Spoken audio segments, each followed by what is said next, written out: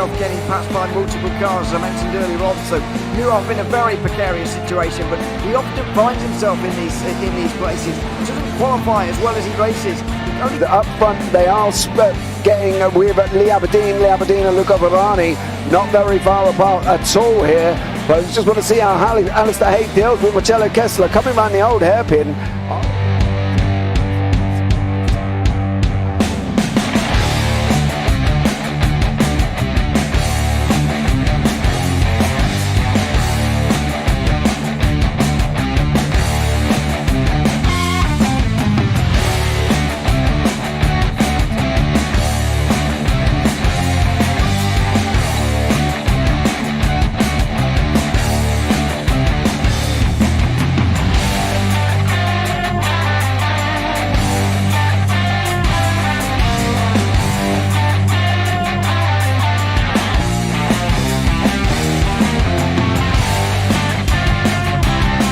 I would say it's not the best decision they've ever made, just not having done that under the safety car, really. Yeah, they're taking their pit stop strategies from Ferrari lately or something. What's going on? In turn one, just too much gas on them, too much feet on the loud pedal, and approach he's dropped him all the way down the order. But Philip Hammer is out in front by an 8.91 seconds.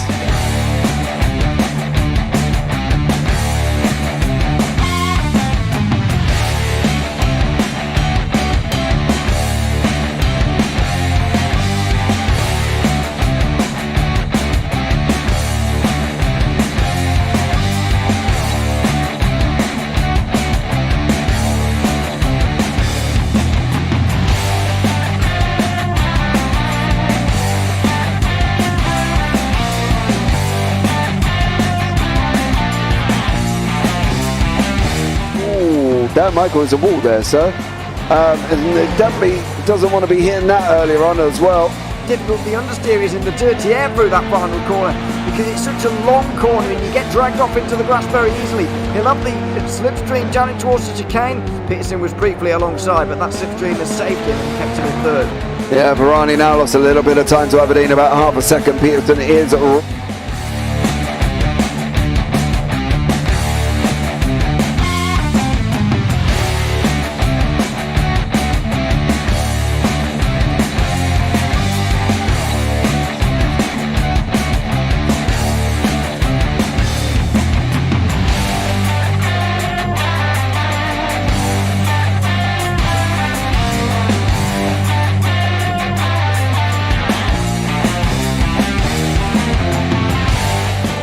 Pike's pushed Morton forward up ahead. He's got out of line. Is now Pike going to have a go at Werrell? Don't push him off. He's in the championship fight. Jack Werrell chasing down Carl Jacklin. Further down, Rob Williams and Chris Barnes. Sensational run outside line now though for the heavy braking zone. Around the outside goes the Audi R8. Look how much Miller's caught back into play. Exactly. Miller's still start trouble. He's not on second and change. All of a sudden Miller's back in play.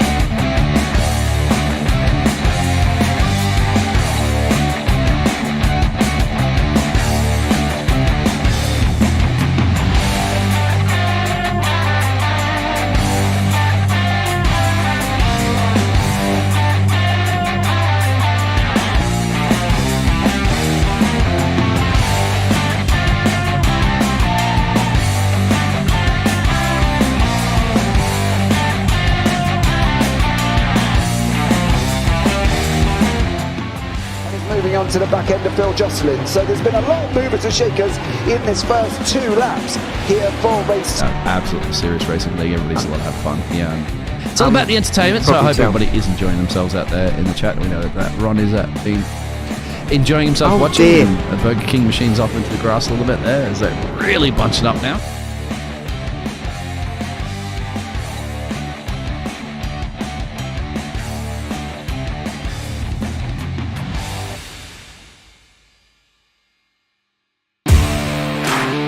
Standing out from the crowd is a challenge. You have the passion, courage, and ambition to do something extraordinary. You have an awesome story to tell and a wonderful vision to share with the world. At Eddie Videos, we take that vision and turn it into reality so you can be heard above the rest. You need something different, and we give you the ultimate advantage. We can help you transform your ideas, images, and clips into a professional video that brings your message to life and sets a new bar for excellence. Visuals, voiceovers, editing, animations, whatever you need, we've got it all. If you're a new business looking to make your mark or an experienced company searching for something new and amazing, we're here to help. Trust us to take your video to amazing levels of awesomeness.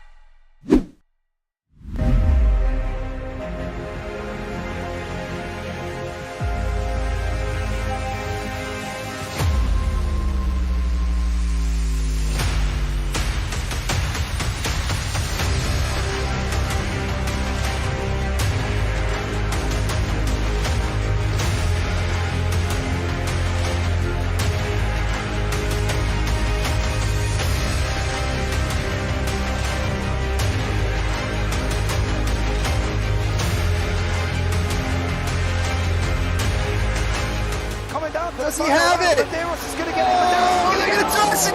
They haven't got it. He's on the outside line, though, going into the fastest corner on the circuit. Surely this can't work. Dominic Ligner has got a sensational run outside line now, though, for the heavy braking zone. Around the outside goes the Audi R8. Look how much Miller's come back into play. Exactly. Miller's still such trouble. He's not on second and change. All of a sudden, Miller's back in play. Can Barry do it? Big Barry's going to do it. Big Barry.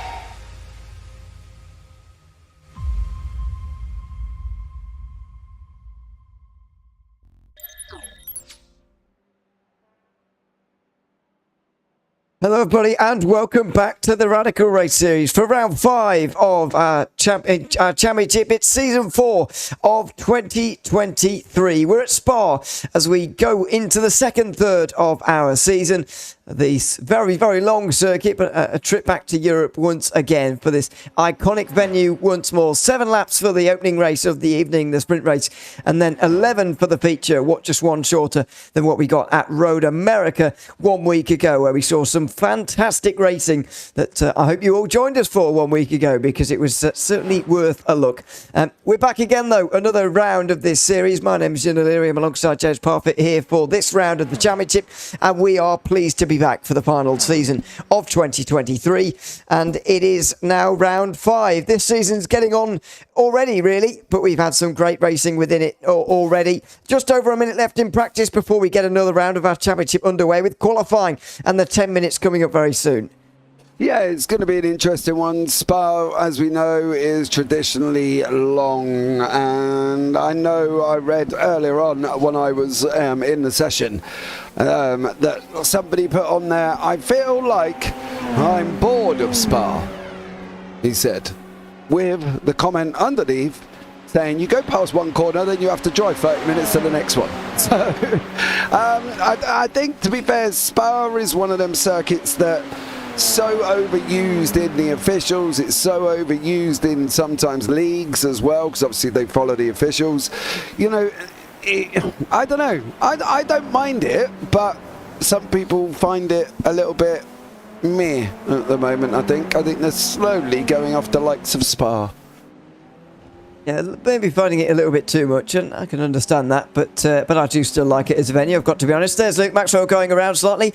He is leading the way in practice at the moment with a 1:11.7. The only driver actually, a 2:11.7. You've got to recalibrate your brain round here, haven't you? 2:11.7 for the best time currently in practice. Before qualifying really gets underway, and they'll be starting their out laps, and it will take them ages for the first times to actually come in. Let's have a look at the championship standings as we get to the end of practice and towards that qualifying session. Paul Clark is going to be shown as top of our standings. Now, these don't make a lot of sense because we've done 4 rounds, but basically this is taking away one of the rounds where they have scored points. So Paul Clark has got his 3 best rounds have gone to 128 points, as you can see there. John McCutcheon's been here for 3 of the 4, and he has got, so 2 of his scores count, if you see what I mean. So he's on 118 in second. Then it's Ben Underdown in third, ahead of Simon Edwards. James Berrien Luke Maxwell are tied in 5th. Then it's Sergio De La Cruz, the last driver to be over 100 points. Only a point separates Paul LeMay and Mike Bousson, with James Child in 10th. Then it is Jamie Bird just ahead of Paul Crabb, who's down in 12th for the two-time champion. Seth Brown is 13th ahead of Rob Woodward, with Damien G running out the top 15. Darrell Taylor only a point behind G. Then it is Michael LeMay in 17th, who George Gonzaga and Clark Williams round out the top 20. Then it's Wayne Palmer in 21st ahead of Paul Godden. Phil Glover 23rd. He's ahead of Dave Ralston. Tom Minot, who made his debut back at Donington, of course. Kean Palmer is 26th and making progress in his first season. Patrick Charlton's 27th ahead of Graham Brown, and Chris Max Davies in 29th. Andy Thomas 30th, and then Alan Peterson to round out 31 drivers who scored points. James revealing to you that we don't delete names near season on season. We just keep them there. No. Hold on a minute. The thing is, is you never know that they're going to turn up. Like next week, we've got Chris Kane back here this evening. Now, Chris hasn't been here for a very long time. I can't actually remember him being here since we've actually started broadcasting this league. So you never know who's going to turn up. Like Graham Brown. If I'd have deleted Graham Brown, he turned up last week and is back again this week. So, they're there for a reason, because they do come in and out as the season goes on. Next week I've got to add Chris Kane, and if I deleted Martina Ward, she's here this week as well. So, give me a bit of credit. I'm not just being lazy. It's just the fact that they are here. I'm not criticising your methods, but I'm just explaining why there's spare names, if you like, at the. It sounds like you're giving me a bit of grief, Mr. O'Leary. No, not at all. Just a bit of a JPB industry secret there, revealed to the world. Stop it! Nobody saw anything. No, well, they might not have done if I didn't notice it, but or didn't say anything. But anyway, I have done now, so it's too late. Anyway, qualifying, you'll be pleased to know, has begun, and we can stop talking about that now. We'll talk a bit about James McRitchie, actually, one of the new drivers. We'll talk about people who are new on the grid, but we're having a look at one of the new drivers onto this one in this open qualifying session. Of course, everyone out there together for 10 minutes. And McRitchie is a new driver, we believe. We've not seen him in the series. No. Well, I've been doing this series, as I say, for 18 months at least now, and I've not seen him. You haven't either, James, and we've got a new driver on the grid. It's great to see so many new faces this season, actually. I can't remember quite so many debutants in a season for quite some time. Yeah, well, it's keeping it above 20 again, you know what I mean? Which is always good for this league. And to be honest, I don't get why people aren't rushing, if they like the SR10, to come in and join it, because this league is absolutely amazing. The racing is unbelievable. We go off here just like, oh, blimey. There was a lot going on, and I think it's great that the likes of James McRitchie has joined us this week as well. And there's been a few new drivers throughout the season. So Andy Thomas is another new one that we haven't seen much of as well. So I'm glad they're all here. I really are, because they've got themselves involved with a great league, and that's the thing. I think if it was a little bit different, or a little bit more crash-happy league, should we say, as some have been before, then I could, understand them dropping out. But this league ain't like that. It's never really been like that, has it? It's very respectful, very, honourable almost. When you make an incident, you do let people through and stuff like that, and I think it's great that they've kept getting numbers in this season. I really do.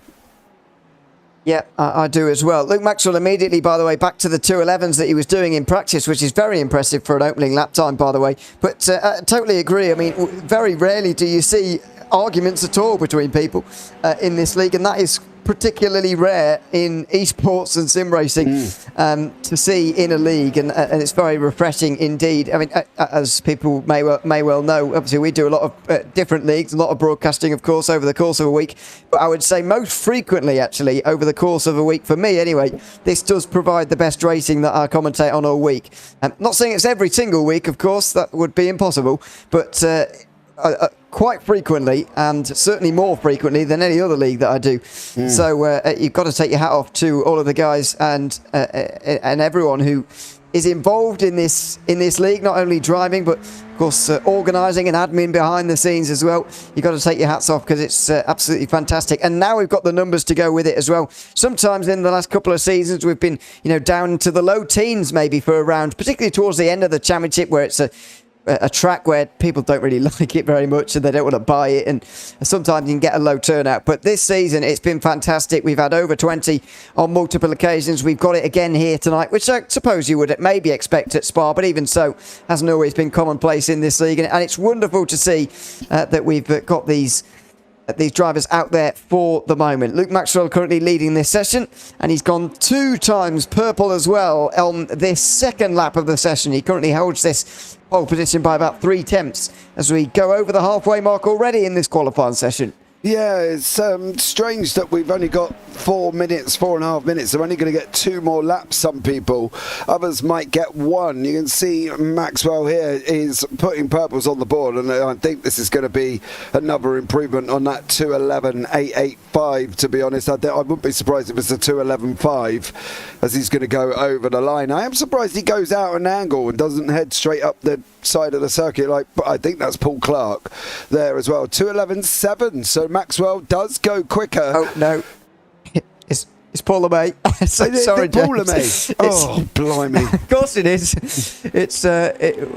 We're quite good at getting this 50-50 wrong.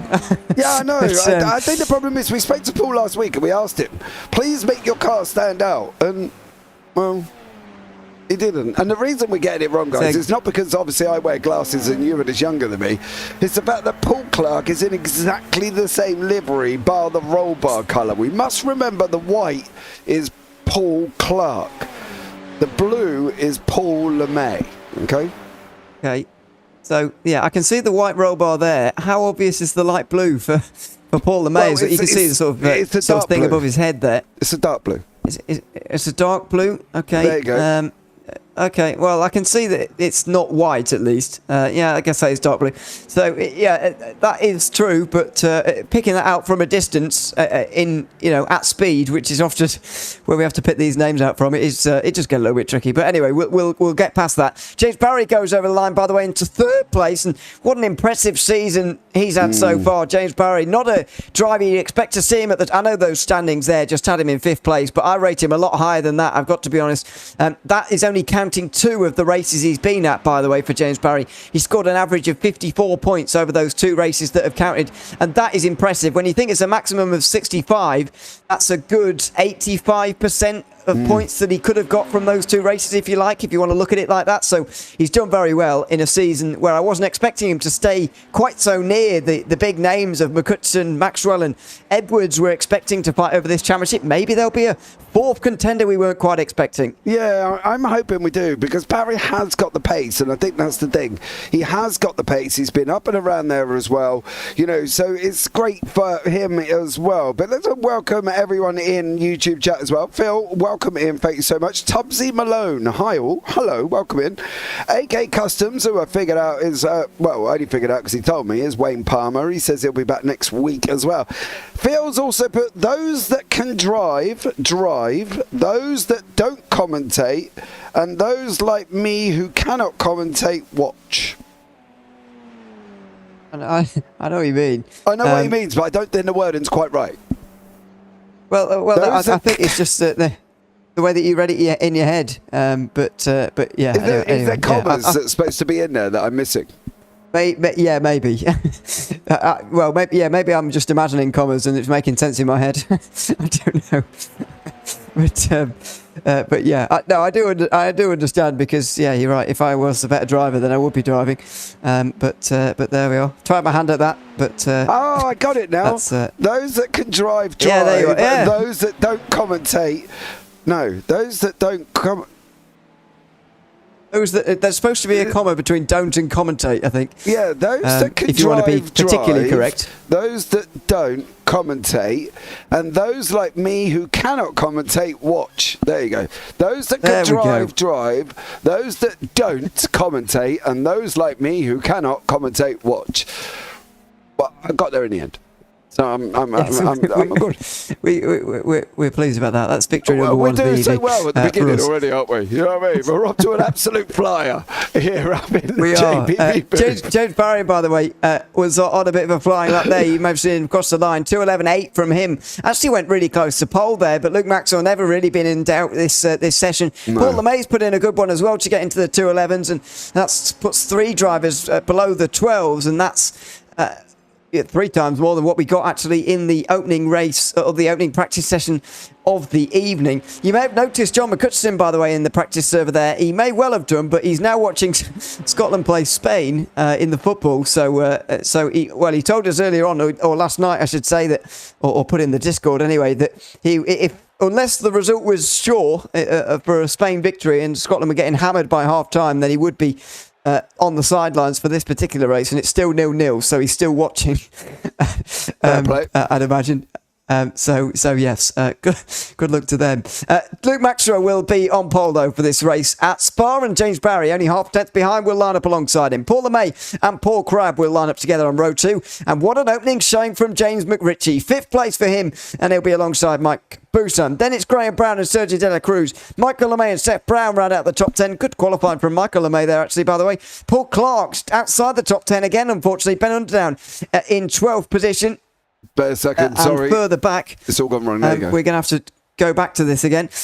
There's Jamie Bird and Clark Williams there on row 7. Martina Ward's returned to the championship. He's her 15th ahead of Robert Woodward. It's Darryl Taylor and James's favourite driver of all time, Phil Glover, in 18th place. Damien G and Phil Justin round up the top 20 with Andy Thomas 21st. We believe John McCutcheon and Chris McCain won't be taking part in this race. Certainly in McCutcheon's case, pretty sure for Chris Kane as well, unfortunately. By the way, if you didn't understand what I was going on about there, Phil Glover put on a great showing at Road America, and we enjoyed it very much as he went on his way to a top 10 in the second race. Very much worth going back and having a watch after this broadcast if you want to on the JPB YouTube channel, because it was a fantastic evening of racing. As this is about to be, as we go, it's Spa in the Radical Race Series, and we're underway for race 1. Luke Maxwell with a flyer from the front row, not so much from LeMay in the mid-pack there. McRitchie will be on his right-hand side, and it'll be Booson on his left. On the way in towards La Source for the first time, everybody makes it through quite cleanly, actually. As soon as I say that, Michael LeMay goes around, and so does Damien G getting involved as well. That was all at turn 1. Jamie Bird seems to have been involved in that as well, as he got off to a rocket of a start. It was 4 wide in the mid-pack going up towards turn 1. He broke fairly late, got straight into the back of Michael LeMay, I'm afraid, and that sent him around. Jamie Bird may well be feeling a little bit badly about that one at the end of lap 1, but it's Luke Maxwell who leads as he makes his way at the end of the Kemmel Straight through the first sector and into the middle sector for the first time. Yeah, Bird went into the back of Michael LeMay, missed his braking point going into La Source, and unfortunately put himself in a very bad position. Damien G, Phil Glover and Ben Underdown also had moments as well, and it looks like Clark Williams has had another moment on that run down into Rivage once more for Clark Williams there. So he's going to have to kind of get back at it as well. He's down 1 position from where he started. Jamie Bird is now closing in with McRitchie, and then behind McRitchie is Ben Underdown. So Ben Underdown having a go with McRitchie running slightly wide round Pouon, and in they go. Ben Underdown does take that position. McRitchie's looking at coming back through on the entrance into Vanier. Nothing this time around here, Ewan, but great racing throughout the field, as per said, as per normal. Yeah, as per normal, exactly. McRitchie, unfortunately, though, back outside the top 10 here. I mean, what a great qualifying it was from him, by the way. I said it at the time in the grid, but what a fantastic lap from him. Unfortunately, it is his first night in the series, we believe, anyway, or certainly the first night we've seen him in this 2-race format. If anyone who's returning here after a long time will have only been used to the single-race format, for example. But it can be a very flustering moment as well when you're in a new series in this format as well, which is a little little bit crazy from time to time. It takes experience to get to the talent and the ability of the likes of Luke Maxwell at the front, or even Ben Underdown in the mid-pack, and he's hounding him at the moment. You can see them side by side in the background of this shot, which shows Sergio De La Cruz and Seth Brown going side by side in towards turn 1. There's McRitchie trying to give Underdown a hard time. It's not going to happen in towards turn 1. Yeah, definitely not this time around, but it is going off down further in front here as well. So Sergio Martinez De La Cruz here under pressure once more. There was a big old puff of something there, and I think that may be somebody disappearing, but there is Seth Brown and Paul Clark battling it out as well on that run down into Lacombe. We go here, and they are going to be almost side by side through Lacombe. Paul Clark does manage to hold on or get past Seth Brown, and makes his way forward. Now for Paul Clark, that's what he is seeing currently behind him, which is the bright green of Seth Brown. Yeah, the eternally identifiable Seth Brown now dropping places, unfortunately, as Clark got through on him, and now Darrell Taylor trying to do the same. Jamie Bird's just hiding in the background as well, in the black machine as well. So there you can see him as we ride on board with Seth Brown. Some new camera angles this evening, able to look backwards from these radicals a little bit better than we were able to before. A few new onboard angles for us. Hopefully we can see things a little bit better than high-rated cameras, which can sometimes not reveal a lot. Yes. Exactly, yeah. Like trying to watch the TV from behind your sofa. Not really, not really very easy. But hopefully it is a bit easier for us now as we come towards the end of lap 2. Only 7 laps, by the way, in this first race, and it is going to fly by. The average speed around Spa is very good, but of course these laps are based on distance. This is 70% of an officials race, by the way, in case you weren't aware, for the sprint races, and it's going to fly by here. The top 4 still together. Yeah, they are at the moment, and also Paul LeMay is not far off with Mike Bousson climbing up behind him as well. So I think this could be a bit of a draft fest we've got going on here at the moment, and Maxwell's the only one who's not really going to be benefiting. You can see Barry fastest lap of the race, 2:11 at 8:54. We're going forward with Paul LeMay, who's now chasing down the Irishman of Paul Crabb as well. Crabb's had a bit of an up and down season. LeMay's done great job since returning this season. And and I think there's more than just John McCutcheon, Simon Edwards involved in this fight. I think at the end of the day, you've got Barry, you've got LeMay, you've got still Crabb. Although the standings are a little bit higgly-piggly, and we've accepted that, I think there's still a lot of people that can do damage here. We're going forward with Jamie Bird, who has got Seth Brown currently right beside us here as well. And you can see what's going to be going on once more as they go into Lacombe, Ewan. And they do make it through. I didn't think there was really a gap there for Bird to go around the outside, and in the end he did back out of it, but he was just looking alongside and nearly had a nibble at the left rear of Seth Brown there. That could have been very awkward for everybody in towards Lecombe, but they've gotten away with it all, and Darrell Taylor is the one who's just watching. We ride on board with him. This is the camera angle that he will have as he's on board here, driving the Radical. Now going through Pouhon, just using a little bit of that right-hand side curve, which, by the way, is not always possible in all cars, and I'm somewhat surprised that the Radical can actually hook onto that curve on the right-hand side. But there you are, just opens the fast left-hander, now in towards Piff Paff, very wide from Jamie Bird. You very much need to get yourself hooked into the apex there and hold it to the right-hand side, and that's exactly the opposite of what Jamie Bird just did. Now he'll have to defend it towards Stavolo. He's pulled that one up quite well, and he's used the AstroTurf quite smartly on the outside to hold on to that place, and so a gap has formed in front, but Darrell Taylor at least has been kept behind for now. Yeah, Jamie Bird there, you can see him in front. Here we go with Darrell Taylor. We are off on a rocket. Is he going to make it that too wide? He is, but no, he's not. I don't know if that was smart or just... Well, I think it was probably more smart. I was going to say brave, but I don't know if that's a word or not. But Darrell Taylor absolutely did the right thing there as well. We've got Paul Crabb now at the front, setting the fastest lap time out of all.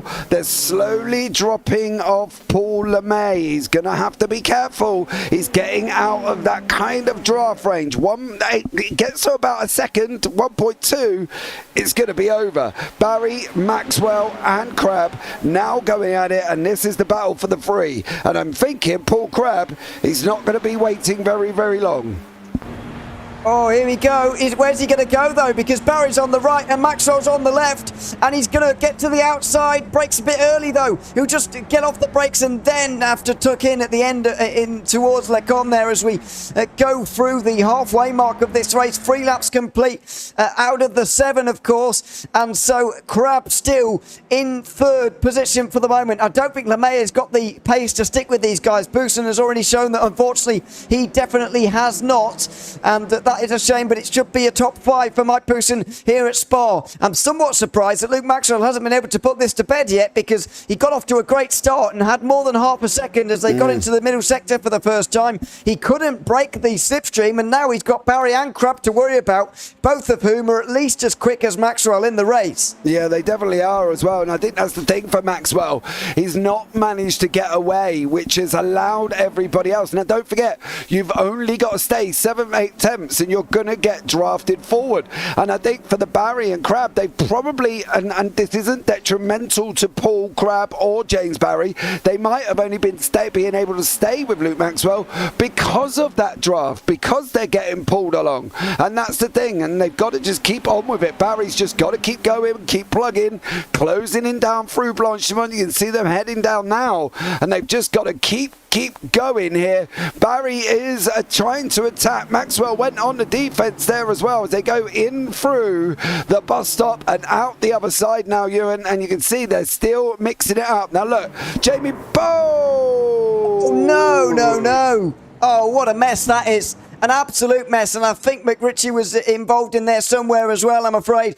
It's a complete... Well, it's going to start from here, and this is gives you some of what you need to know, doesn't it, really? Seth Brown and Paul Clark go side by side through Blanchimont. Then Jamie Bird is on the scene, and in the end, it's just an awkward one. Clark is in the middle there with not a lot of places to go, but he just drifted towards Seth Brown, who didn't have anywhere to go himself because he's jammed up on the left-hand side. An awkward moment, and Clark's the one who goes around as Maxwell loses the lead to Crabb and Barry. James Barry now leads the way. What happened to Luke Maxwell over the top of the hill there? Well, I can guarantee there as well, if that was what we're thinking it may have been, he just got caught up. He just got caught up, and the guys behind just said, thank you very much. They've taken it almost 3 wide as well, and they've left Luke Maxwell in the dust. And that's exactly what we were saying about the draft. Oh. And the problem is, if Maxwell's burnt up his tyres here, Ewan, he could be under pressure from Paul LeMay as well. So for Maxwell, let him settle down a minute here, Bert, as well. Give him a lap, then go again. Good evening, Ria, as well. We have seen you, but there's so much action going on. Paul Crabb, James Barry fighting out for now the lead of the race.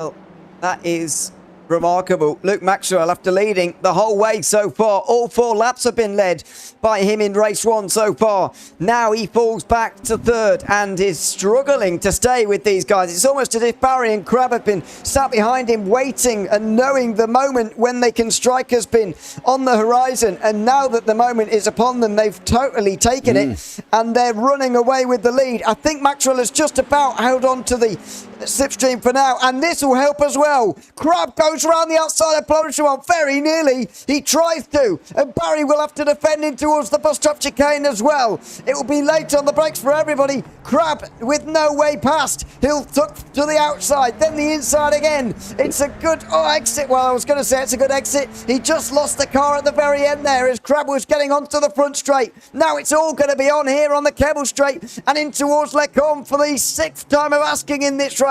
It's the penultimate lap, but we're driving like it's the final one right now. Looking back from James Barry as he tries to hold on from the 2-time champion of Paul Crabb and the 1-time champion of Luke Maxwell as well. In the 3rd position with Paul LeMay in 4th as well. Over the top of the hill, Crabb with a very good run through here. It's almost exactly what Barry had last lap on Luke Maxwell. Instead, this time, Barry is the victim of an overtake. It's Paul Crabb who goes to the lead. Can Luke Maxwell get up there there as well. No, it's James Barry who responds. Inside line, and he retakes the lead all over again. Yeah, James Barry doing a stellar job there. He was under pressure. You could see it there as well. He was under pressure. Paul Crabb just got in front, but now everybody else is coming. Maxwell's coming. LeMay's coming. There's nothing saying that Paul LeMay won't take the victory, because at the end of the day, Barry and Crabb both got past Luke Maxwell within one move down that long Kemmel straight here as well. Maxwell, as they go into Puan now try and tuck it in, trying to stay with him as well. This is a 4-car fight going on for that lead of the race. Barry's opened up about half a second, and I can tell you what, if Maxwell now, it feels that Paul Crabb is slowing him down, he will make that move, because he has to. You cannot allow James Barry to get away, because James will go and wrap the win up here, and he's, a stellar driver, and he did so last week in Road America in that feature race. So Maxwell's got to go. Absolutely has to. Although, what does he do from this position here? Is sat in third, looking at the two in front, but what can you do from this position? He's sat right behind the driver in front of Paul Crabb. Then it's James Barry who leads, and Paul LeMay's there as well, of course, waiting and watching to see what will go on in front of him. Oh, there's contact. Barry and Crabb have made contact, and Luke Maxwell go round the outside of the final corner, and who get through in time for the line. What on earth happened there? I think it was Crabb braking too late and Barry getting hit there in the rear, but I'm not entirely sure, to be honest. It seemed that they both got it all wrong, and now Luke Maxwell leads on the way out of the first corner for the final time. He's had a big slide though, and James Barry will get back to the lead again. This is a bizarre ending to the opening race of the evening in the Radical Race Series. Surely it might well be Paul LeMay who benefits most from this. Fourth at the end of the second lap, now the penultimate lap, I should say. Now he could be in the lead. Here we go, as Maxwell goes through the middle. It's going to be LeMay waiting and seeing if we can get through, but no, he'll back off. James Barry certainly won't. He goes to the inside. They are absolutely locked together through the Le Mans chicane, and through they go again. It's around the outside for Luke Maxwell as he retakes the lead again. Oh, I thought Paul was going to do it. I thought he was going to send it there as well. He's now got a bit of a mission. Is he going to be able to get it down Blanchimont as they come through No Name now over the curb? Get the run out, Paul, on that run down into Puan. Is running out for time for Barry at the moment. He's sucked up in that number 10 SR10 behind Luke Maxwell. He lost the lead. Who's gained the lead? We think Barry and Crabb have had contact into that bus stop. We haven't had time to look back at it because the racing has been frantic through this front four. They go off now, coming into Paul Ferrer, a double right-hander here before they go on to Blanchimont for the final time. Is Barry going to be able to make that move? Is he going to be able to get past Luke Maxwell going down Blanchimont? Ewan, let's find out. Is he close enough? That's the big question. He's not close enough for the spectacular through the fast left-hander, but he will be close enough for an attempt here at the final chicane. James Barry, of course, feature race winner 1 week ago for the first time. Now looking to become a sprint race winner again at Spa as well. Here we go into the final chicane. Into the braking zone they go. Luke Maxwell should hang on from here. He's been late enough on the brakes. Barry not quite close enough, and Luke Maxwell will take the opening race at Spa by a very small margin. In the end, Barry comes home second at LeMay and Crabb in a very tight finish. In the end, Barry wasn't really close enough, didn't challenge enough, and Luke Maxwell takes the win. Yeah, Barry had a go. He had a go, just couldn't quite get there in the end. Martina Ward here fighting out with Phil Jocelyn. Jocelyn's just past her, I believe, going down into the bus stop. They go over the line. The line is there. You can see it now. And Phil Jocelyn does manage to stay ahead of Martina Ward. We've got Andy Thomas is going to be the last one over the line currently at the moment as well, as he's coming down into the bus stop. Great race so far for race one. Let's see how we get on for the 11 lap feature. Yeah, another one still to come. And it will be a very good race indeed, because we'll have Clark and McRitchie on the front row. That's going to be very interesting. We know how easy Paul Clark is to overtake. So that'll be interesting for everybody. Or 9 of them anyway. Well, the whole field indeed. So anyway, Luke Maxwell will take the race win, though. The first race win of the evening. James Barry, Paul LeMay and Paul Crabb pushed him all the way, though. Look, but Mike Busson was even catching, actually. At the end, he finished 5th. Sergio de la Cruz was on his own in 6th. Ahead of Ben Underdown, who rose to 7th. Ahead of Graham Brown. Then James McRitchie, who at least got himself back into the top 10. And starts the second race, his first feature race on the front row. Paul Clark will start from the pole. Phil Glover just misses out on a second consecutive top 10. What a result that would have been for him. Jamie Bird slipped to 12th ahead of Seth Brown, who got involved in contact down at the final chicane as well. Darryl Taylor and Phil Jocelyn ran at the top 15 with Martina Ward just over a half minute back. Then Damien G in 17th place. Clark Williams was ahead of Andy Thomas. Final drivers on the lead lap. Then Michael LeMay, who was a lap down, but will still score a point. Robert Woodward, a few laps down. John McCutcheon and Chris Kane, of course, not racing here this evening.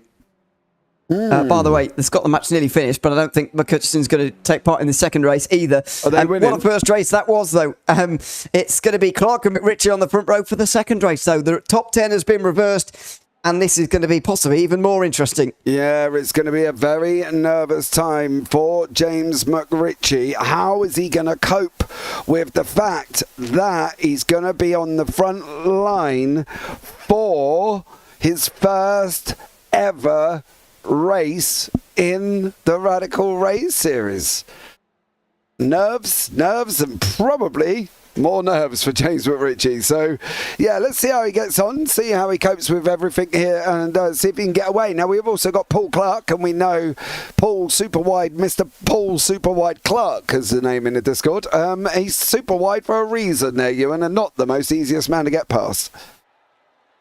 No, he certainly isn't. He certainly was frustrating for a couple of seasons ago. Remember John McCutcheon not being very pleased that he couldn't make his way past on one particular occasion. A few seasons ago, that was a season where Edwards took his 5th title, I think, and I'm not sure which number it was, but it's certainly Edwards who won in the end, because Maxwell and McCutcheon were going for the title that year, or that season, I should say. Paul Clark is on the front row for this one, though, with James McRitchie. It'll be Graham Brown and Ben Underdown on row 2, with Sergio de la Cruz and Mike Booston, with the opportunity to race some people for the first time in a while. They were on their own in race 1. Paul Crabb, Paul LeMay, James Barry and Luke Maxwell will start together, albeit a few places further down than previously. Phil Glover has got a great opportunity for a second consecutive top 10 alongside Jamie Bird.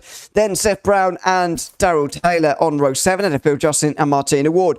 Damien G and Clark Williams will be on row 9 ahead of Andy Thomas and Michael LeMay. And then we believe the last starter will be Robert Woodward in 21st. Well, if I'm not mistaken, he is here. There's a Scotsman at the back there. Scotland have just conceded a second goal, so they've got little chance of winning. And John McCutcheon has said, right, I'm going to race then. Yep. So here we go. With no Clark Williams or Robert Woodward, interestingly, from what I can see on the grid, we've got a couple of non-starters, but McCutcheon is here. The lights are on for the second time at Spa, and we are underway again in the Radical Race Series. It's McRitchie with the better getaway on this occasion. Can he get through the first lap more cleanly, though, than he did on race 1? Round the outside he goes, and he takes the lead as well on the run down towards Eau Rouge for the first time. Clark has lost the place, and it's Graham Brown who's trying to take that one off him at the moment. It's a cleaner first corner, actually, than what we saw even in race 1 as they go up the hill here for the first time. Over the top of the hill at Radion as well. We're almost free wide with LeMay trying to make up places. Luke Maxwell's going backwards. I wonder whether he's got a slow down. But it's defence for McRitchie, and it's free wide behind him, very nearly 4 wide, as everyone's looking to the inside, including Ben Underdown. He's side by side with Paul Clark. He can't make the move, although he will through the second part. Inside line for second, and he does get there ahead of Clark, but behind James McRitchie, who's leading in his Radical Race Series debut. Yeah, he definitely is at the moment. He's doing a stellar job there. Paul Clark, just unfortunately, he's gone back free here. We talk about how good he was at defending, and he's gone back 3 places. Luke Maxwell did get a slowdown. Clark Williams has had a big old moment already. Paul Clark's now on the defence from Mike Bousson as we go round Pouhon. Then as well, left hander on that run down under the Allianz bridge we're going to be going. Into Vanier once more here for these guys. Paul Crabb on the inside, Paul Clark on the outside. They're side by side. Crabb's going to try and go round. Clark's going to go and have him as well. Now through Paul Ferrer, a double right-hander before we get on to Blanchimont we go. And it is Paul Clark who manages to hold on from the Irishman of Crabb. Well, that is creating a gap up front here because McRitchie and Underdown are going to be battling again, but this time for the lead in the feature race. This has all the looks of a race which is going to stay very close for a very long time, but unfortunately, well, I guess that is fortunate for Luke Maxwell because he's down in 15th, but he's not actually that far from the lead. As you can see, only 5-6 seconds away from the race leader as of right now. That's very good news for him as we lock up into the final chicane. Ben Underdown's gone off the road there. As we go aboard with De La Cruz in the background, they all get slowed up in time. Underdown certainly didn't. Yeah, he managed to keep going though. He has kept going as Ben Underdown and he's managed to survive at the moment. So he lost a position to Buisson there. Almost going to lose a position to LeMay, Paul LeMay there as well with the blue roll bar cage of that iLounge Racing team. And as you can see, Martina Ward is in the mix as well. Luke Maxwell's tucked up right behind her. John McHutchison's not far back. And then we've got Damien G, Seth Brown and Michael LeMay still arguing it out here. James McRitchie, he's broken the draft, he's broken that 1 second gap, 1.6 at the moment here, and Paul Clark's on the defensive from Crabb. Yeah, and Paul Clark could well be James McRitchie's best friend pretty soon because he's defending again in towards Lecombe. And here goes Crabb. He knows the gravity of the situation here already. He knows it's only lap 2 but needs to make moves and hasn't done it again. Now down the inside he goes into Bruxelles. It's a big dive, but he's got it done. Inside line through the corner and he is through. And now he can set his sights on McRitchie further in front, although Clark is probably in more danger. Bouton will be next to try and go through on him for third place, and it may well happen into Pouhon. No, not quite, but you can look at the field stacked up behind. By the way, Luke Maxwell was involved in a big battle there. He's already with John McHutchison battling for 14th. Yeah, they're further down the order at the moment. He's just got down into 15th with McHutchinson taking 13th. Maxwell's just about to try and make that pass on Jocelyn here as well. He's got that inside line. He has made it through. So Maxwell and McHutchinson are now together on track. You can see there is the Scotsman. He's chasing down Martina Ward, Jamie Bird, Michael LeMay and Paul LeMay all battling it out in the middle here as well. There's battles up and down throughout this field here, Ewan, currently at the moment. There is just fights going on. These guys battling away as they're coming down into the bus stop. You can see Paul LeMay on the left-hand side. He's going to try and run it round the outside of Jamie Bird. He's going to give him the inside for the exit. He does make it through. Bousson's also had a go at Paul Clark and looks like he's also made it through, coming through the bus stop and down into turn 1. Fastest lap of the race so far for McRitchie, and that's not a surprise particularly because look at what's happening here. In towards turn 1, it's an absolute mess for absolutely everybody. They all make it through, thankfully, but Crabb is the one who leads the way in this group, if you like. Clark is next, then Mike Bousson and Ben Underdown, almost as quick as he can say it, well, quicker than that even, going right in behind him for now, over the top of the hill at Radion. Crabb's going to get drawn back into this because Clark is going to be fast in a straight line. He's going to have the slipstream and the desire to defend as well. On board with Bousson as he pulls to the left. Can he trap Clark behind Crabb? No. And here goes Underdown. What speed he has. In towards Lecombe. He takes 2 for the price of 1. Although, can he hold them? Yes, he certainly can. And Clark will just slide a little bit side by side with Bousson, very close between the two. There was no contact though. Clark pulls to the middle of the road to defend again, and he managed it successfully, helping his teammate Paul LeMay, of course, who's now round the outside, and Jamie Bird, who's in on the act as well. What racing we're seeing here, and what an overtake from Ben Underdown using his straight line speed, which seems to be fantastic so far. Oh, he got 2 for 1 down through Kemmel, did Ben Underdown, and absolutely flew it. And I'm wondering if he did what Paul LeMay could have done in the last lap of that last race. I reckon he could have had the same thing as Underdown. Underdown took that opportunity, said, watch out, mate, I'm coming through. And he did come through. Clark defended so hard here has allowed Bousson to get behind him. Paul LeMay, Jamie Bird, Graham Graham Brown, James Barry, who's not moved any places. Your last feature winner, who's up behind Graham Brown. And Graham Brown's another toughie and another quickie on the track as well. So Graham Brown ain't no slouch here for Barry, and he's going to have to try and get through. My boy Phil Glover is in 10th place there as well. Much love to Phil. A stellar job at Road America. As we come down into La Source now, Paul Crabb, Paul Clark, Paul LeMay, Ben Underdown, Jamie Bird, everyone you can think of is in that battle, including now McHutchison and Maxwell. Glover's round! Paul! Come back! Oh dear. Well, he's down to 18th and could be worse, I'm afraid, as well for Phil Glover. It's all gone wrong at the final corner for him. Crabb has gotten away, by the way, from this group, and it may well have to help him catch Ritchie, but still 3.3 seconds there. That's a big gap. Clark still on the defensive, still at the head of a train, and still being very difficult to overtake, as you might imagine. He is going to be overtaken by Bousson here, though. Yeah, and Underdown is going to try and do the same. Let's see if he can. He'll be roaring up behind this shot now, and there he goes to the outside. Nowhere to go, though. Bousson has made sure he's just held that off for the moment, and he's through now, is Bousson. That was very stern from Clark. Aggressive, that was, but he's held it again. That's exactly why he's earned his nickname, Stern, but fair defending in the end. There was no contact. Nobody did anything wrong, and Clark has at least held on to 4. Yeah, but boy, oh boy, does Ben Underdown need a nose job after that one. I can tell you that much, because he literally had it nearly chopped off there from Paul Clark. That was just super defending from Clark, and he's going to have to go again because he's still got Underdown, and Underdown still got LeMay right behind him here as well. We can go onto the nose of Paul LeMay. Oh, so close. Jamie Bird also having a go with James Barry. Then we've got McHutchison with Maxwell. Maxwell did overtake him this time around here, Ewan, but now he's got to go again, and they're at the back of this pack that literally runs from Mike Bousson all the way down to Sergio De La Cruz in 12th place.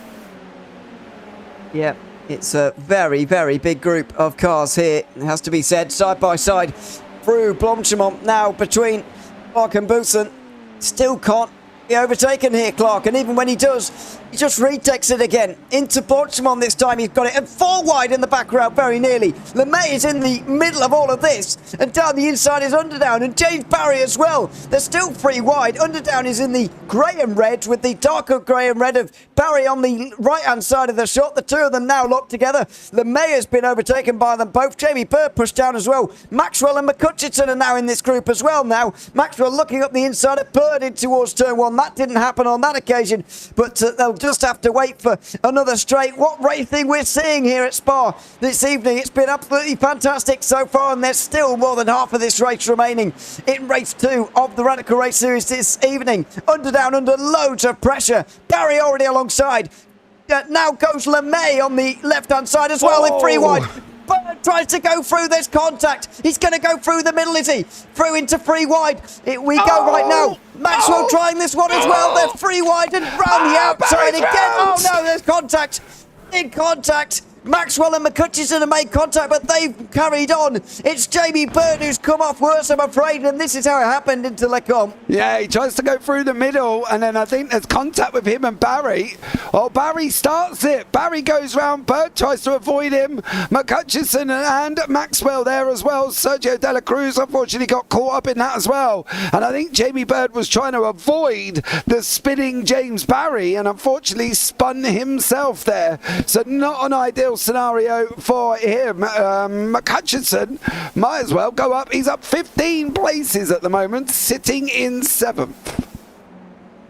Yep, it's a good place for him to be in, but this will likely become one of his drop rounds, even if he gets to, 5th place, which seems most likely at the moment. That's only 26 points, and that is not many for a round, but at least he's had fun this evening, I suppose. And that's what, well, he'll be able to console himself with that after the football, and that'll be all fine. So he's running inside. I don't mean to rub it in, really. Don't stop it. No, sorry. You'll get yourself in deep trouble, Mr. O'Leary. I can tell you that one. So just behave yourself today. Yeah, I'll try. Yes, so he is inside the top 10 pretty comfortably there. Maxwell, as I said at the time, did make contact with him, and I wonder whether there was a bit of damage dealt there, because Maxwell has dropped a few places down outside the top 10 now, and it's not actually turned into a great day for Maxwell on a day where, after the practice result, you would have said, well, he could destroy the field today. He was the only driver into the 211s. However, the races haven't gone quite so well. That's the thing. The fact that he was absolutely flying in the practice session to be where he is now, he's going to be kicking himself. Barry's going to have a go at McHutchinson down the camel here. Ben Underdown's going to help McHutchinson out, partly due to you're too early. You're too early. Too early. Maxwell got the draft off Underdown there as well. Unfortunately, James Barry, you were too early coming out.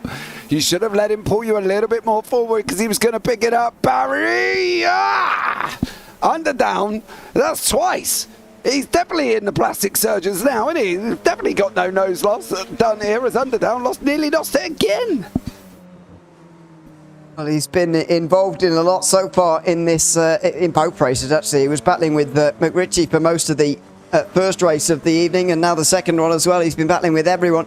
Barry now at least is with McHutchison, and maybe they can use each other to move up the grid a bit, but still the gap at the front is 2.8 seconds. James McRitchie could be having a debut win here, and what a result that would be for him. An underdog story, if you like. Two-time champion Paul Crouch chasing him down as well, and set the fastest lap of the race so far on that last lap as well. He is not giving up just yet. Yeah, he's definitely not giving up. Clark is not giving up over the back of Buson at the moment. They're about 4.5 seconds apart here as we go now on the run down to Blanchimont. Here comes Paul Clark. His speed's closing. Under the DHL bridge we go, down to 2 tenths, 2.5, 1.1.5. Here we go now. Is this all on Clark? What are you going to do there, Mr. Eye Lounge, Mr. Hi-Fi, Mr. All of It? Is he going to have a go through? He's not going to go through, and I am surprised by that one. I thought he might have given more of a go here, as Barry looks like he almost was going to have a go at McHutchinson. Damien G is one we haven't mentioned today. He's having a fight with Michael LeMay a little bit further down in 12th and 13th. These guys not very far apart at all. So a great battle going on there, and you can also see Seth Brown fighting out with Phil Jocelyn. So a nice little tidy couple of battles going on at the moment, and a good one all the way through the field as well, even from the minor positions. Remember, Jamie G had to come to a complete stop at turn 1 in race 1, which really didn't help him. Obviously wasn't quite as disadvantaged as Michael LeMay was, who went around entirely, but G wasn't helped either, really. So that's why we've not seen too much of him so far, as it's McHutchison and Barry together again. This time it's McHutchison on the outside into Lecombe, but it's not going to happen on that occasion for him, and he'll stay behind again. Underdown fighting again just further back with Martina Ward, who's inside the top 10. She's been quiet so far as well, but is now into 8th place, just ahead of Underdown. And then Sergio De La Cruz, Gerald Taylor not too far away either. That's been quite a stealthy rise to 8th place for Martina Ward. Yeah, done a great job up 8 places, managed to avoid the trouble, I suppose, and did a great job, to be fair. Underdown's just about to take it in the inside, though, unfortunately, into Pouron. That has dropped Martina Ward down. She's going to lose a place as well to De La Cruz, I believe, who's also now taking that opportunity. Martina Ward's on the inside. De La Cruz is on the outside of us currently here as well. She's trying to keep that inside line open to give De La Cruz the room. De La Cruz says, thank you very much, I'll have that, and has taken that position away. Clark still fighting out with Buson. McHutchinson still scrapping with Barry. The Scotsman not giving up here either. He joined for race 2, but Clark and Buson now. Is Clark waiting? Do we think he's waiting for the penultimate lap before he has a go? Because let's face it, he could have probably got him a couple of times down Blanchimont. Well, it's difficult to say really, but he may well be waiting here. Maybe he believes that they can get a better result if they work together slightly, but I don't necessarily believe that. A lot of time lost on that last lap by Paul Crabb, by the way. 6 tenths, more than half a second lost. And James McRitchie is 4 laps away from an opening round win here in the Radical Race Series. What a story that would be for him after only ninth place finish in the opening sprint race. It could be a feature race win in what's been a very topsy-turvy evening for almost everybody, I've got to say. Luke Maxwell is, by the way, out of the race and down in 19th place. Clearly there was damage after his contact with this man, John McCutcheon, as they were scrambling to avoid a spinning James Barry along with Jamie Bird as well. McCutcheon taking advantage of that, and Barry, who may well have damage himself, although it doesn't seem like it. They have a decent drag race up towards Lecombe, but McCutcheon prevails, and he's up to 6th place from the back of the field. Great job there for John McCutcheon, always stellar there as well. Daryl Taylor now fighting it out with Martina Ward. Damien G on the grass at Lecombe, unfortunately for Damien G. And Graham Brown down here as well. I don't know if Graham Brown and Luke Maxwell are both out, I believe. So unfortunately they're both, Maxwell, Brown, Williams, Woodward, and obviously Kane, who hasn't started here, is out as well. But you can see in front, Ben Underdown, he's got a little bit under the radar. He's made some amazing moves, and yet he's still down 5 places, which seems a little bit confusing to me, considering how well he's done at certain points on the circuit, mainly down the Camel into Lecombe. Don't forget that, by the way, Robert Woodward didn't start the race either after retiring from race 1 and finishing down in 21st, so he's a DNS as well. Graham Brown sim crashed, which is why he's out of the race. No incidents for him, really, but just a sim crash. Of course, Luke Maxwell, certainly not the case there. That was an incident for him that eventually, I think, gave him damage and then decided to call it a day there. And I'm afraid it's a bit more bad luck for Luke Maxwell, which has been the story of his last season and a half or so, really. And another shame for him as James Barry and John McCutcheon continue to fight it out. Just how important could this be in the course of the championship? They're right up there, the both of them. And you just never know how important these couple of points are going to be, or this even 1 point is going to be for James Barry. At the moment, McCutcheon is holding 25 and Barry 24 for this race because of 6th and 7th. So it is only a point, but it's quite symbolic here of the fight that we're having in the championship. Maybe it's between these two, among others. Yeah, we do obviously think that the drop rounds have somewhat gone a little bit squirrely-whirly on the championship. So from Barry's point of view, don't forget as well, he finished 2nd in the feature race, which is, a great job from him, and he's pulled points back on McCutcheon. So he would be happy, but it really depends on where we're at with these 3 drop rounds and who is going to have the best amount of points. We know generally after about race 7 we start getting into the nitty-gritty and we'll start giving you all a little bit more detail. So maybe after this race it might all start settling down a little bit and we'll be able to work out who is where and with what and what's going on. So let's see how it goes and we'll see what happens. We will. Long season ahead, of course, still 7 rounds to go after this one. And I don't think we mentioned so far, no Simon Edwards here, of course, as well. So that's a pretty big moment there as well in the championship.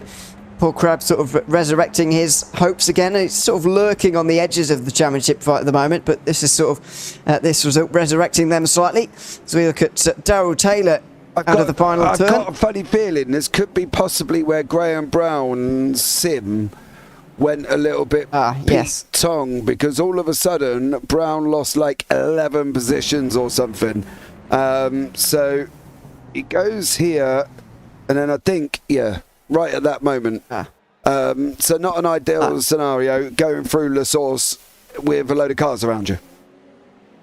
No, exactly, and that's what he said actually in his post at the time. He said, I hope that didn't actually affect anyone, and he didn't actually make any contact there because that could have gone badly very easily. And thankfully for everybody, we avoided that in the end. This is a replay on board now with James Barry. I presume this is the incident actually with the 3 wide that we're going to see. And what great racing this was, by the way. Underdown with not a great exit off of turn 1. And then Barry and LeMay, as we sometimes talk about, just pulling out of the slipstream too early. Jamie, and then Underdown trying to get back to the middle of the road. Don't know why, but Jamie Bird was there. He was going through the middle of absolutely everyone. Luke Maxwell was on the outside.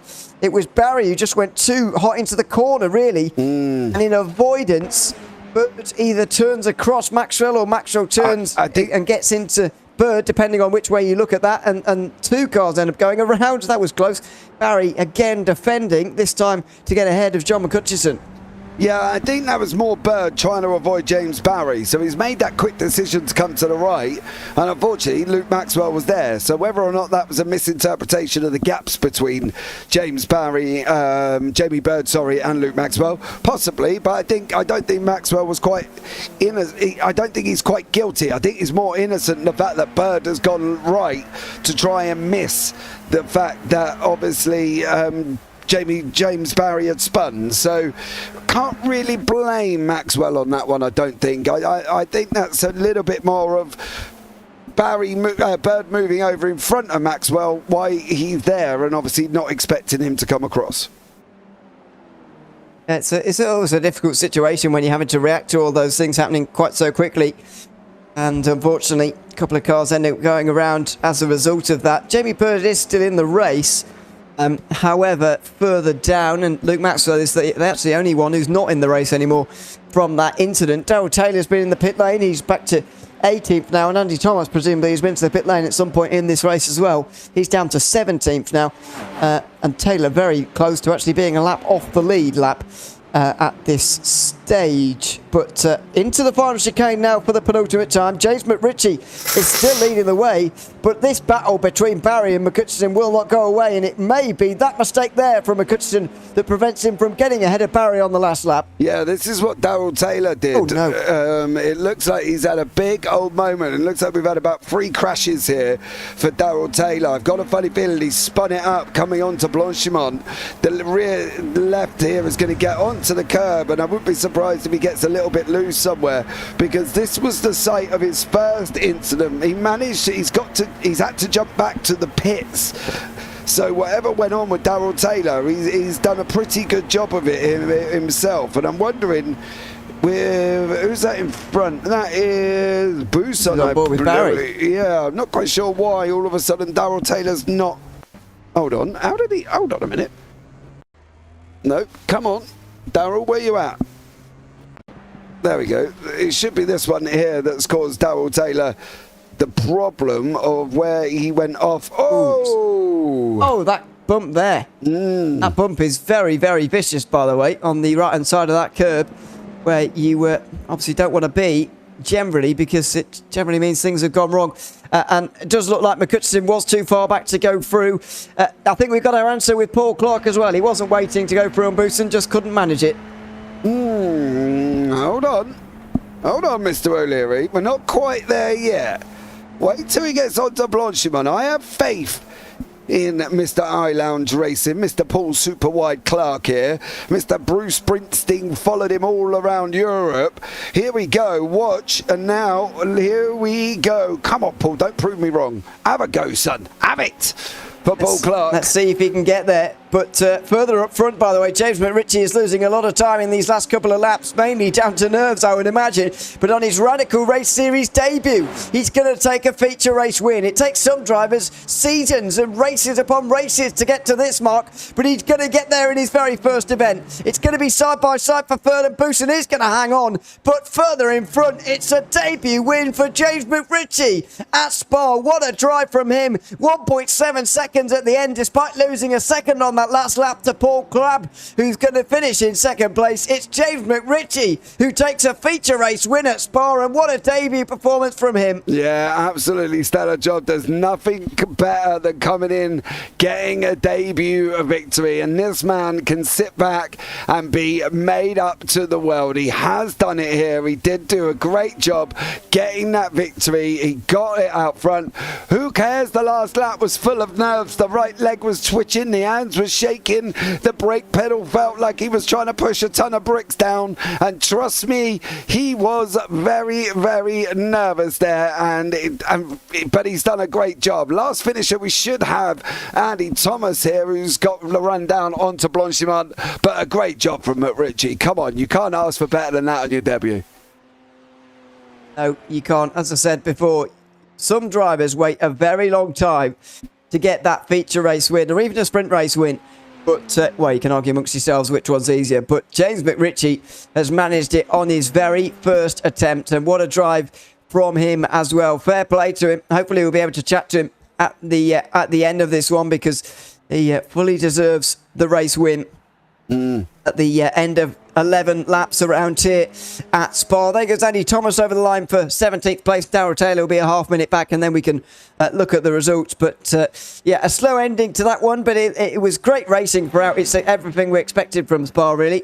Yeah, I think that's the thing. It was such a good race, and it kind of gave it that feel of like a camel battle. You know, it was all down the camel straight, most of it.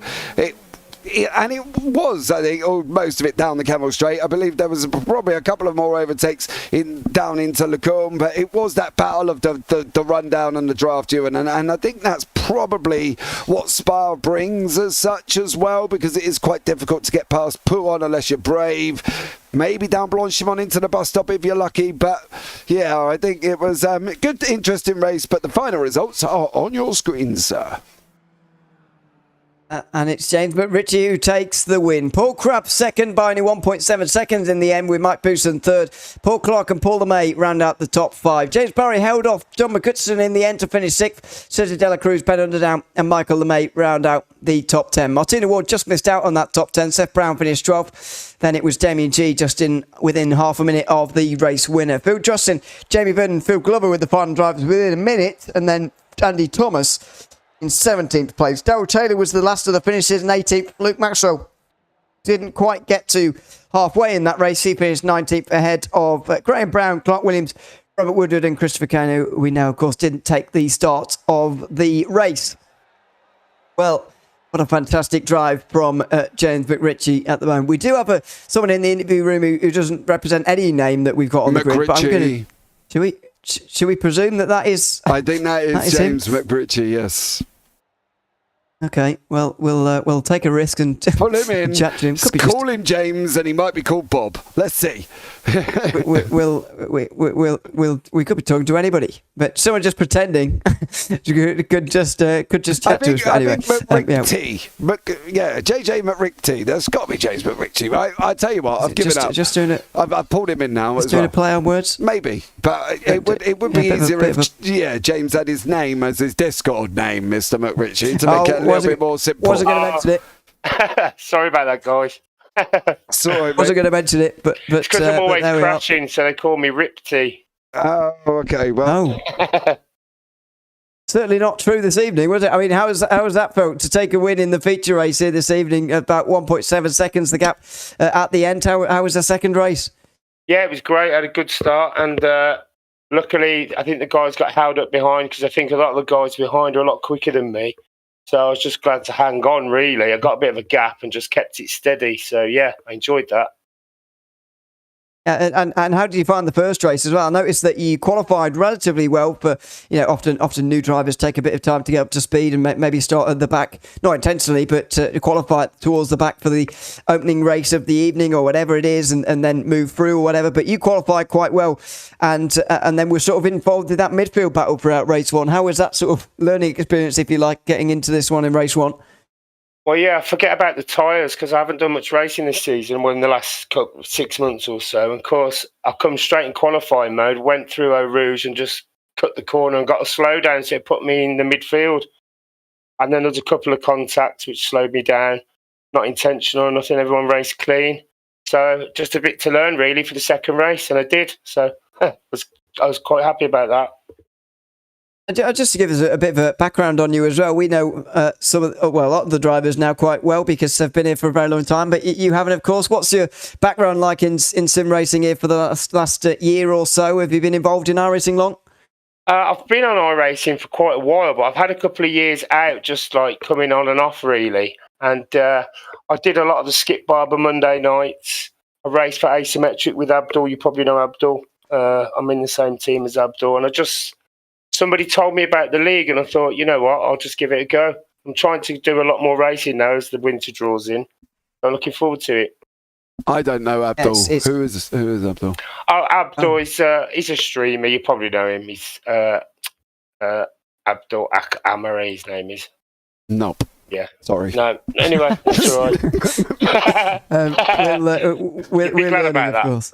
Yeah. Sorry, Abdul. I don't know who you are. I'm not sure if I'm supposed to know who you are, but unfortunately I don't. No, that's fine. Well, fair enough. As we as is tradition, on these interviews, James, I'll ask you if you've got anyone to shout out, whether you want to give a shout out to anyone before we let you go. Just Yad for making my paint at the last minute from the team. You guys for doing the broadcast, and everybody else, really. Thanks for letting me in. That's all, really. Thank you. We appreciate the distinctive paint as well, by the way. So thanks very much for that. With the dark red, it's quite good to spot you. James, congratulations on the win tonight. Very well driven from you, and hopefully we'll see you in the weeks to come as well. Thank you, guys. Cheers. Thanks very much. Bye. James Ritchie there, taking the win in the feature race here this evening for the Radical Race Series at Spa. What a drive it was from him as well, holding on by 1.7 seconds ahead of Paul Crabb, who also joins us now. Couldn't quite get there in the end, Paul, just missed out by a couple of seconds or so, but a good evening overall, would you say? Yeah, I stayed out of trouble and had some good scraps in the early parts of the races. I was kicking myself because I kept screwing up coming out of T1. The 90-degree right-hander, because I could just get about 0.1, 0.2 on Mr. McRitchie, but then I'd throw it away every second lap, and it was a bit frustrating. So, but I'm not sure I would have been able to get past him if I had caught him. Yeah, it's certainly one of those circuits where overtaking is very possible, but getting past with certainty, if you like, it is very difficult. I mean, you were involved in that front group at the first race. You were involved in multiple groups through the second race as well. You were actually one of the only drivers to actually get free from that big group where you were fighting for initially second place. Just what is it like in terms of racing around here? I guess you can compare it to Road America slightly last week, where you were involved in a lot of big racing as well, and a big group on that day as well. It is difficult to get away sometimes. It is. Road America seemed much more straightforward to actually make an overtake and make it stick.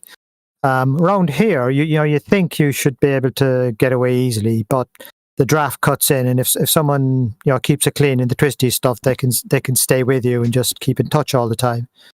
But it's I like the circuit. It's you can have some good racing down through the twisty sections. Can you just tell me if is the word twisty sections a technical term for corners on the racetrack there, Paul? That's right. They're the bits that aren't straight. Right. Okay. Just so I know from my own experience, that's all. It starts at the top of the hill and ends towards the bottom of the hill. Right. Okay. So that could be anywhere. But okay. Most of the track. Well, cheers for that. Only technical terms. Only technical terms. We'll call them the twisties next time. I'll tell you that. I can't remember the corner names for any blooming corner anywhere, so all I can say is the twisty bits or the straight bits, so I'm sorry about that. That's all right. It does, well, I say it surprises me, but I've become not surprised about drivers not knowing what corners names they are and numbers or whatever, but it's because it's such an important thing for us, but it's just not for everyone else in the world, so there we are. There's a bit of a difference there. I would like to say I do know No Name Corner. I do know which one that is. Oh yeah. Which one is that, Paul? It's No Name. Yeah. It's the one after the long right hander. It's a left hander, isn't it? Before Poo One. There you go. Oh, see, we're piecing it together quite nicely. No, it's like a jigsaw that's got thrown on the table. We're bringing Paul Crabb in to tell us how to put it together. We're getting there, but we won't carry on until we've got all the circuits, all the corners, because there are about 20 of them. So before we let you go, Paul, is there anyone you'd like to give a shout out before we let you go? Definitely to Simon Edwards. I mean, he's been putting up his setups, and even though they're a little bit like a Skippy, apparently, they with a little bit extra downforce for me, they go really well. So thanks to Simon for providing the setups. Really good of him.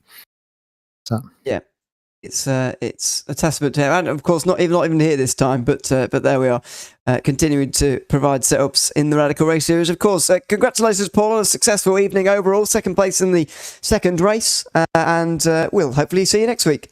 Okay, thank you, gents. Thanks very much, Paul Crabb. They're chatting to us at the end of the couple of races tonight at Spa. We've got quite a few people to get through today, so we'll rattle on with Mike Booson now, who was third in that second race. Welcome in, Mike. Good to have you with us as well. You held off Paul Clark there right to the very end. Just How difficult was that? And what did you think he was doing in the second half of that race? Because James especially suspected that he might have just been waiting for the moment to strike at the end. I thought he just couldn't get through. What was your reading of the situation? Evening, chaps. He was definitely on form tonight. I'm with the thought that he was saving himself for the end, to be fair. Because we were all running, obviously, short stack. So overtaking was a bit of an issue tonight. So I thought myself, he's going to make a last run. But luckily, I didn't mess it up. The pressure didn't get to me. Still no victory though, Mike. Yeah, all right. Come on. He's been on the podium. Give him a break. I know. He got Two one top step. fives, I think, as well. Yeah, he got one step away, I suppose. So we'll give you that one. Yeah, I learned something tonight. Supposedly Scotland's got a football team. Who would ever believe it? I wouldn't. Well, that is. I've already created a bit of a rift by talking about Scottish football. Well, James suspected I was going to if I carried on, and he stopped being much friend. Yeah. We'll be chucked out. We'll be racist. We'll be racist, branded racists next. Oh, don't start that. Let's not go down that route. It's a serious broadcasting channel here. You can tell by the interviews it's serious, Mike. Knock it off. Yeah. Sorry. Just a bit of a giggle at the end. Yeah. Unfortunately, though, I think it's only John McCutcheon we're actually offending there, so that's all right, I think. Yes, John. Hey. But anyway, let's. What do you mean, hey? Let's move away from that. Give him grief, and then you go, hey. For me, anything above Birmingham's technically Scotland. So. Wow, that's okay, mate. He's only up the road from me. Trust me, I'm aware. I know you two are, but. We're so far south, everything's Scotland. Yeah, you two are so far south, you're living in the Channel Tunnel, basically. But by that reckoning, I've lived in Scotland all my life. So that's gone wrong. Anyway, let's get back to racing just briefly. Because how was the first 5 races of the season, or first 5 rounds, been for you, Mike? Because I know we've not chatted every week, but it's been decent for you so far. Oh, I think you've over-egged that a little bit. It's definitely a mixed bag. I'm not practicing much at the moment, but so I am really happy with the results I'm getting. But it's not exactly where I want to be. But as we come into the wintry season, and it's a bit more pleasurable to sit in the rig for a couple of hours, I shall obviously put a bit more time in the radical and see if we can get myself back up the table a little bit. Well, when it finally decides to get cold, but that's still days away by the looks of it. Today, anyway. Nice and warm down in the south. No, mate, it was been raining even all day. nice and warm. Sorry. It was even nice and warm in the northwest, which is very rare. But there we are. So up by Edinburgh and Glasgow way then. Yeah, I was about to say northwest. That's lovely. That's Scotland. Yeah, up in those islands, uninhabited islands in Scotland. Anyway, James has completely thrown me off my train of thought there. I was thinking about something, and it's probably not so obvious, really. But let's refocus. Back to the racing. Sorry, yes. Well, I wasn't going to ask you anything else, actually, Mike. Kick him out the booth. I think that's the one that's caused the problem. Get the riffraff out. Right, that's it. Yes, we'll let you go. Anyone to shout out before you go, Mike? Yes, Scottish football team. Now I know they've got one. Okay, lovely. Right, let's kick him out. couple of results here tonight, and a podium at the end as well, joining us there, and hopefully for John McCutcheon never joining us again, because he's just. I hope he's listening. I hope he isn't. I hope not. Jesus. What's the score? They lost 2-0, I think. No, they've lost, Mike, but let's not go into that either. No, that's a shame. Don't even begin. Get him out. Yeah, get him out. Mike Booth in 3rd place in the 2nd race here tonight at Spa, and we've kicked him out because because he's causing too much trouble, to be honest with you, in the booth. And as I said earlier, we've got a lot of people to interview, so we need to get on with it. James Barry is the next to join us, and we welcome him in as well. Nice battle with John McCutcheon actually in the second race. You might not have been expecting there, James, and an aggressive one in the second half of the race as well. But you were also, of course, involved in that big group involved with Paul Clark and Jamie Burden. In the end, you ended up going around at Lecom as well. Just how was that second race for you?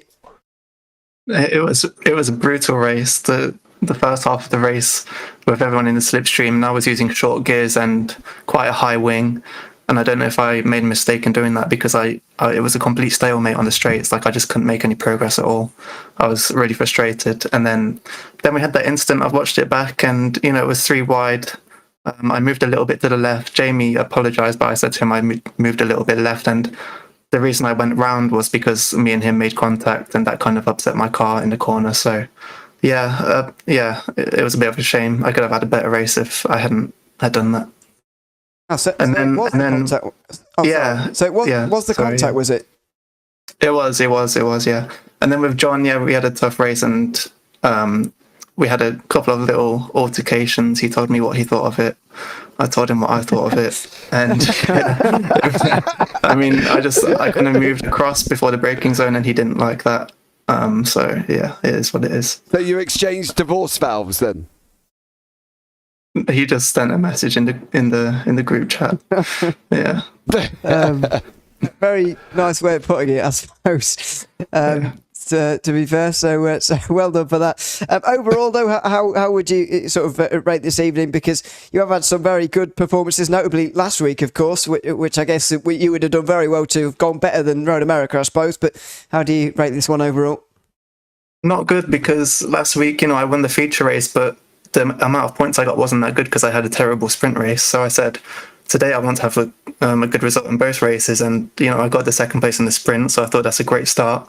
I'll be aiming for the podium in the feature race, and I'm kind of disappointed I didn't get that. But I mean, it was a lot of fun, and well done to the guys in front because they drove really well, and it was a really tough battle for everyone in that race. So it is what it is.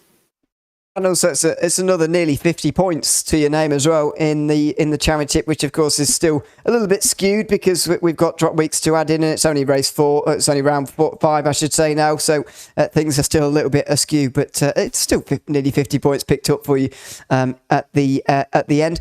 Is there anyone you'd like to give a shout out to, James, before we let you go? No one this time. But yeah, thanks for that, everyone. All right. Well.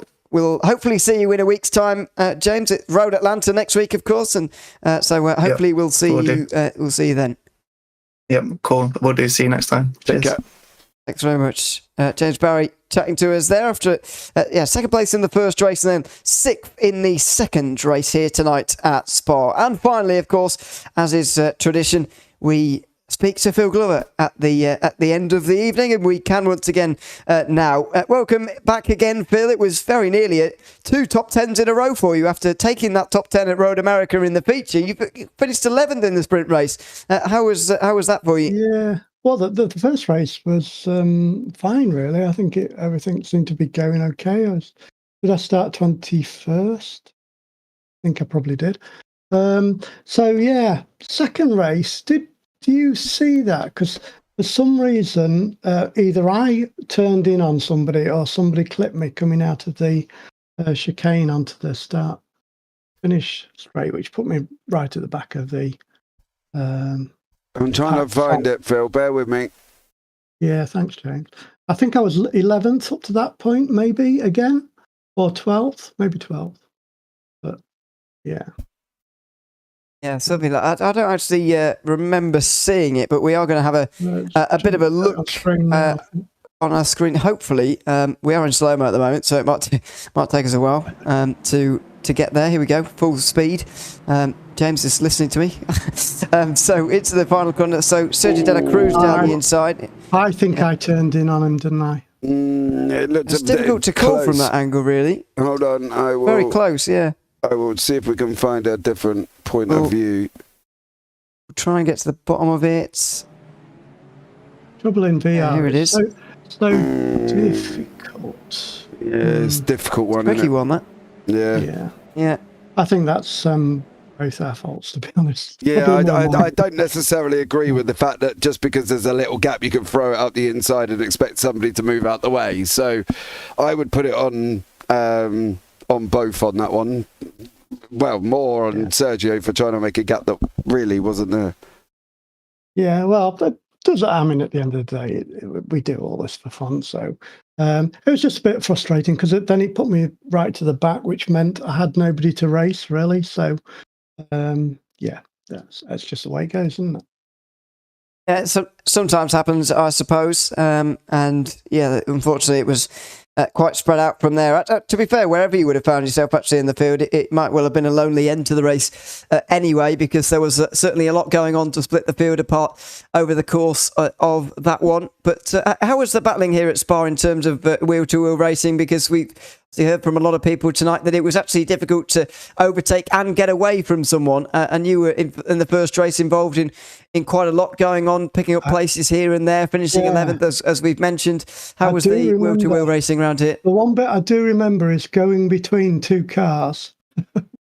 Yeah, I think somebody had a bit of a problem, but they were both back on the throttle, and I just carried a bit of momentum. At the end of the long straight, there's a chicane in there. Right there. Yeah, and so between, I think, right in the middle of that chicane, I went between two cars. So that was quite interesting. Be interesting to watch that one back.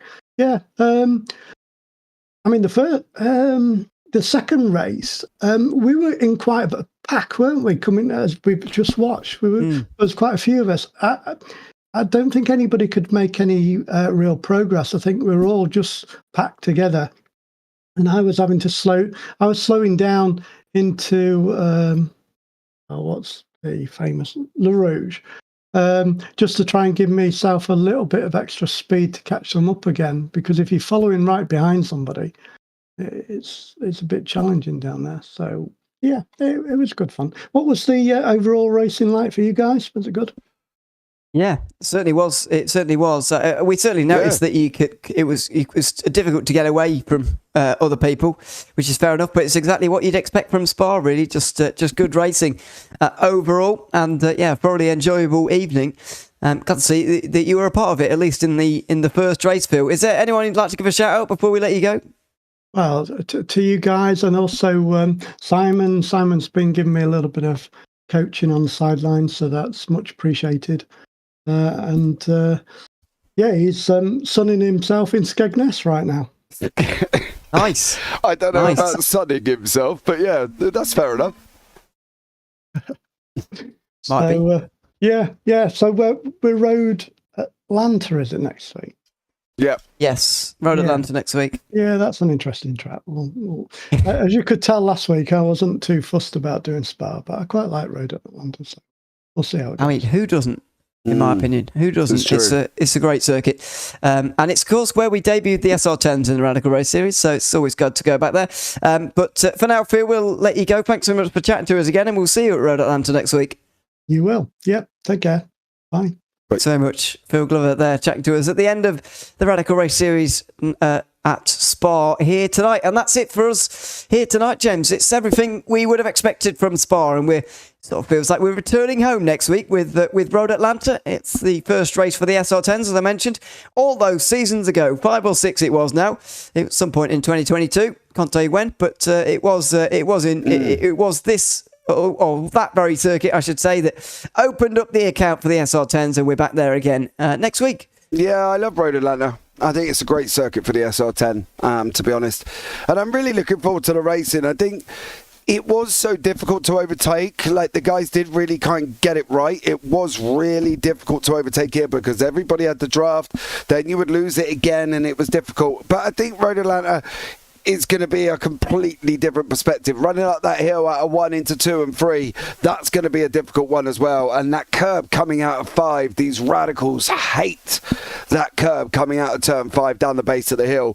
So for them, they're going to have to be even more careful than the likes if you were in a GT3 or GT4 or anything like that. So it's going to be a good one, Ewan, and I'm looking forward to it already. Yep, it will be on same time, same place as you found this one, of course. Make sure you subscribe to the JPB YouTube channel. We're on 1.5k, by the way, and subscribers hit that on Sunday night. So, congrats to ourselves. Could we say that? Why not? Why not? We've all worked hard for it, mate. We've all worked. Everyone in JPB have worked blissfully hard to get there, mate. So yeah, we can congratulate ourselves as well. Small-time broadcaster, now mixing it up. So I'm happy at the end of the day as well. You're much better at self-credit and stuff like that than I am. So, you pat yourself, mate. Nobody else is going to come along and pat yourself on the back if you do a great job. Apart from me, I'll tell you if you've done a wonderful job. But, pat yourself on the back. Apart from James. Yeah, everyone in JPB have worked so hard for this. We've worked blissfully hard. We've been up at stupid hours. All of us have done late ones. All of us have stepped in for the last minute. All of us have done 12-hour ones, 6-hour ones, 8-hour ones. So we've all worked hard. So every single person within JPB, Biggles, you, Dan, Zach, Kent and Michael and everybody else, Alex as well, we all deserve it, and we can pat ourselves on the back and say how proud we are of each other, because it has been an amazing run this whole, 18... Well, where are we now? October, probably 13 months since we put the first broadcast out on JPB. Absolutely. So a big thank you to everyone who's still watching and has subscribed. And if you haven't, then make sure you do so, because we're continuing to grow, of course, and or hoping at least that will be remaining the case. There's still a lot of racing going on over the course of the week as well before we speak to you next for the Radical Race Series. So make sure you check that out as well.